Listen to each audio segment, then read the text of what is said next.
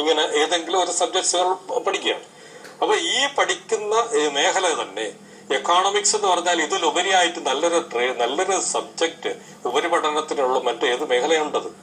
Political science, sociology, ഇതൊക്കെ തന്നെ ഇന്ന് എല്ലാവരും സംസാരിക്കുന്ന എപ്പോൾ എല്ലാ കുട്ടികളും SSLC കഴിഞ്ഞതിന് ശേഷമായിരുന്നാൽ പോലും ഫൗണ്ടേഷൻ കോഴ്സ്, +2 കഴിഞ്ഞാൽ ഒരു ഫൗണ്ടേഷൻ കോഴ്സ് ഒക്കെ പൊയ്ക്കൊണ്ടിരിക്കുന്നത് സിവിൽ സർവീസിന് വേണ്ടിയാണ്.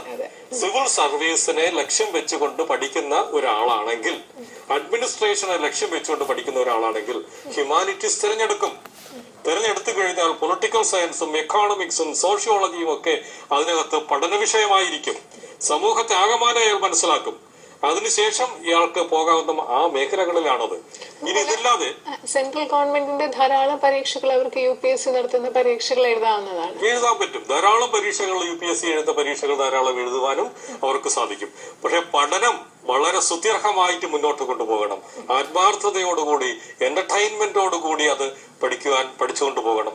സമൂഹത്തോട് എപ്പോഴും ഇടപെടേണ്ടി വരും അവർക്ക്. ഇങ്ങനെയുള്ളൊരു പഠനമേഖലത്തിൽ വരുന്നവർക്കാണ് ആ കാഴ്ചപ്പാടോടുകൂടി മുന്നേറാൻ സാധിക്കുന്നത്. അതുപോലെ തന്നെ പ്രധാനമായിട്ട് ഒന്നുമില്ലേ സർ, ലെക്ചറർഷിപ്പ്.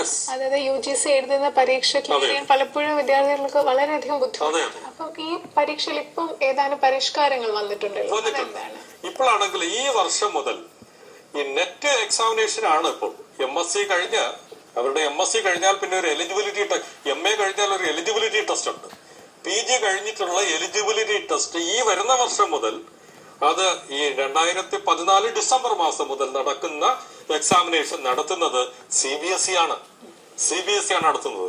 നെറ്റിനും JRFനും. നെറ്റ് JRF പോലെയുള്ള എക്സാമിനേഷനുകൾ നടത്തുന്നത് ഇനി ഇവരാണ്. നമുക്ക് മറ്റൊരു കോർണർ ലൈനിലുണ്ട്. ഹലോ, ആരാണ് സംസാരിക്കുന്നത്? ഞാൻ കാക്കനാടുന്ന് വഹീദ. ചോദിച്ചോളൂ സാർ. എന്റെ മകൻ +2 പഠിക്കുകയാണ്. ഇപ്പൊ എക്സാം കഴിയുമ്പോ അവന് ഏതിലേക്ക് അവൻ അത്രയും പഠിക്കുന്നത് ഇപ്പൊ NIOS ആണ് പഠിക്കുന്നത്. NIOSല് എഴുതാൻ വേണ്ടി പോവുകയാണ്. അപ്പൊ മോന് ഏത് കോഴ്സിലേക്ക് നമുക്ക്, അവൻ കമ്പ്യൂട്ടർ സയൻസ് ആണ് പിടിച്ചിരിക്കുന്നത്. അപ്പൊ അവന് ഏതിലേക്ക് നമുക്ക് വിടാനാണോ ഒന്നും കൂടി അവന് അത്രയും കൂടെ പഠിക്കാൻ, അവന് കമ്പ്യൂട്ടർ സയൻസ് എടുത്തെങ്കിലും അവനപ്പൊ ഇപ്പൊ എഞ്ചിനീയറിംഗ് ഭയങ്കര ടഫാണെന്നൊക്കെയാണ് അവൻ പറയണത്.